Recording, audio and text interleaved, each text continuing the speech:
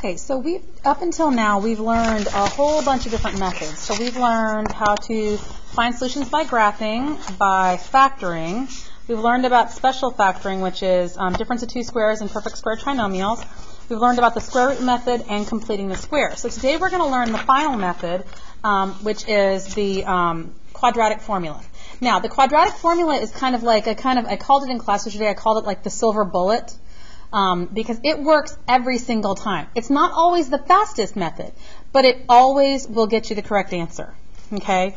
The other good thing about the quadratic formula is that it is on your formula chart. So if you freak out and you're like, I don't know how to factor, I don't know any of this stuff, you can at least find, well, you have to know how to factor, but if you don't know any other solution, you can always use the formula chart. It's on your formula chart, so you'll always have it. They'll always give it to you. Okay, so we're going to start on this last part of our notes. The first thing I want to do though is I want to look at the back here. Okay, so we're going to talk about the discriminant, and the discriminant is part of the quadratic formula. Well, it's a little portion of the quadratic formula. So when you look at the quadratic formula, it's negative b plus or minus the square root of b squared minus 4ac over 2a. Wow, that's a lot. The discriminant is this part right here under the radical sign. And the reason why I always do the discriminant first is because the discriminant is going to tell me how many solutions I have. And it's also going to tell me if I have no real solutions, I don't even need to continue. Okay, this negative b over 2a also tells us something, and actually it tells us the axis of symmetry. So if we want to find the axis of symmetry and all we have is one of these quadratic equations, we can use negative b over 2a to tell us what the axis of symmetry is. But we're going to be focusing on this part right here, the discriminant. We're going to do the whole thing, but we're going to talk about the discriminant first. So the discriminant tells us how many solutions we have. So if my discriminant, there's a space there, is, let's say my discriminant is negative. So if my discriminant is negative, then I have 0 real solutions. Okay? So if my discriminant is negative, then I have no real solutions. If my discriminant is 0, then I have 1 real solution. If my discriminant is positive, then I have 2 real solutions. So this looks just like a number line with 0 in the middle. The top looks like a number line with 0 in the middle. Negative, 0, positive. The bottom is 0, 1, 2. So if I have a negative discriminant, then I have no real solution. So it doesn't even matter. I don't need to keep going. If I have a 0 discriminant, that means I have 1 solution. If I have a positive discriminant, that means I have 2 solutions. So you're like, what does that even mean? So let's do a problem first, okay? So the first thing that we always do, so the first thing is, when I have one of these equations, in order for me to solve it using the quadratic formula, it must be set equal to 0. If it is not set equal to 0, I cannot use, well, I have to set it equal to 0 before I use the quadratic function. Quadratic formula.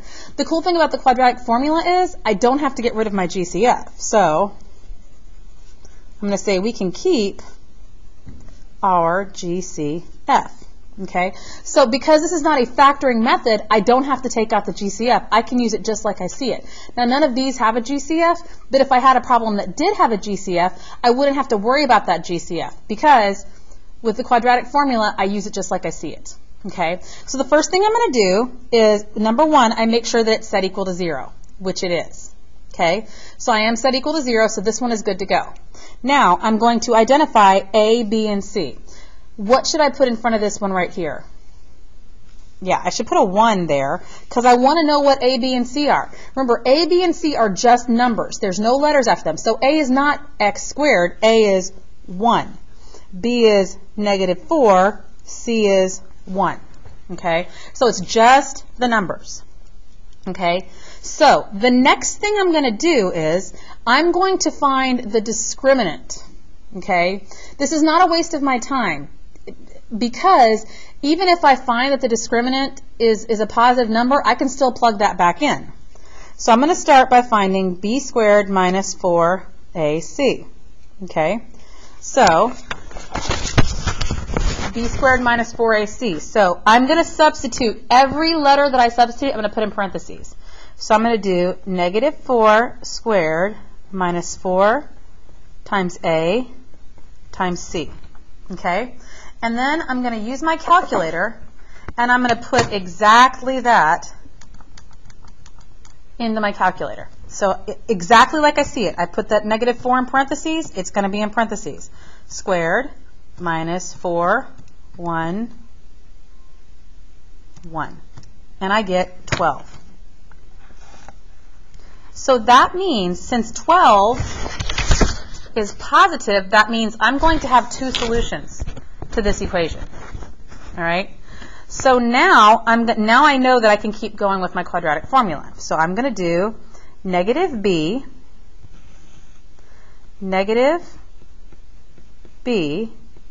Now notice, every time they give me a number, I put it in parentheses.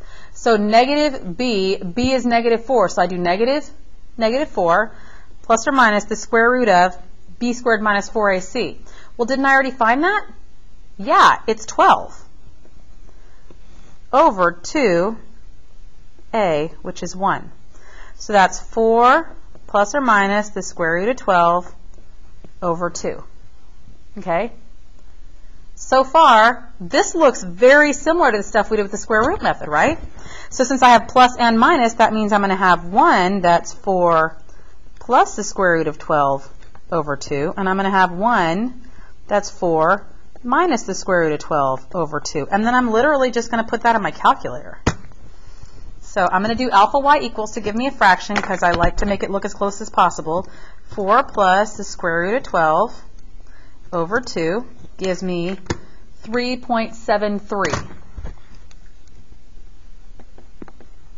Okay, and then for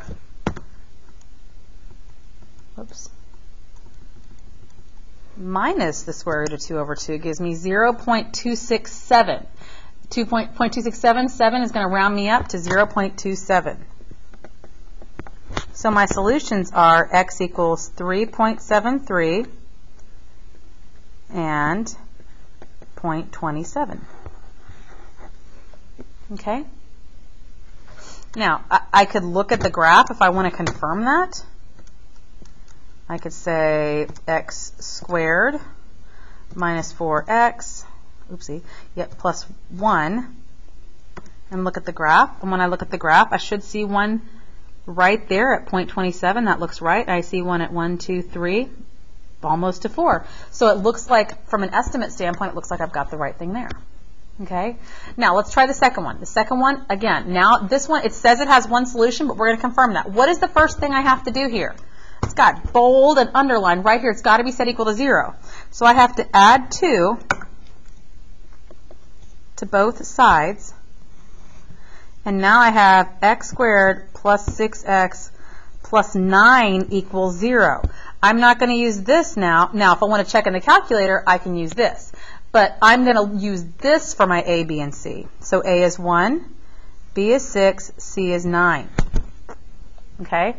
So again, I start with the discriminant, b squared minus 4ac. So that's going to be 6 squared minus 4 times a, which is 1, times c, which is 9. And then I'm going to put that in my calculator and see what I get. 6 squared minus 4 times 1 times 9.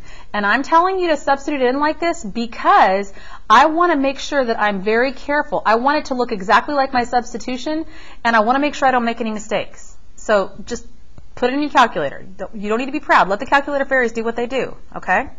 So when I work that out, I get 0. And according to this over here, if my discriminant is 0, I have one real solution. So let's see what that ends up looking like when we solve it, okay?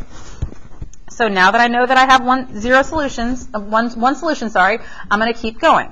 So I'm going to do negative b, which is 6, plus or minus the square root of, well, I already did that, 0, all over 2a. Well, what's the square root of 0? 0. So because of that, this goes away. So I have negative 6 over 2, which is 3. I have one solution. Because if negative 6 plus 0 is negative 6, negative 6 minus 0 is negative 6. So I'm adding or subtracting 0, it doesn't make a difference. Okay?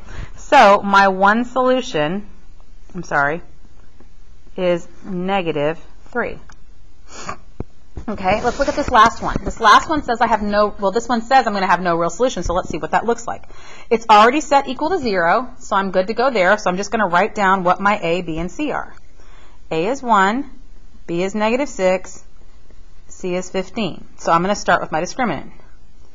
B squared minus 4AC, so that's negative 6 squared minus 4 times 1 times 15. So negative 6 squared minus 4 times 1 times, 15. That gives me negative 24. Now, I'm going to tell you right now, this tells me I have no real solutions, because if my discriminant is negative, then I have no real solution.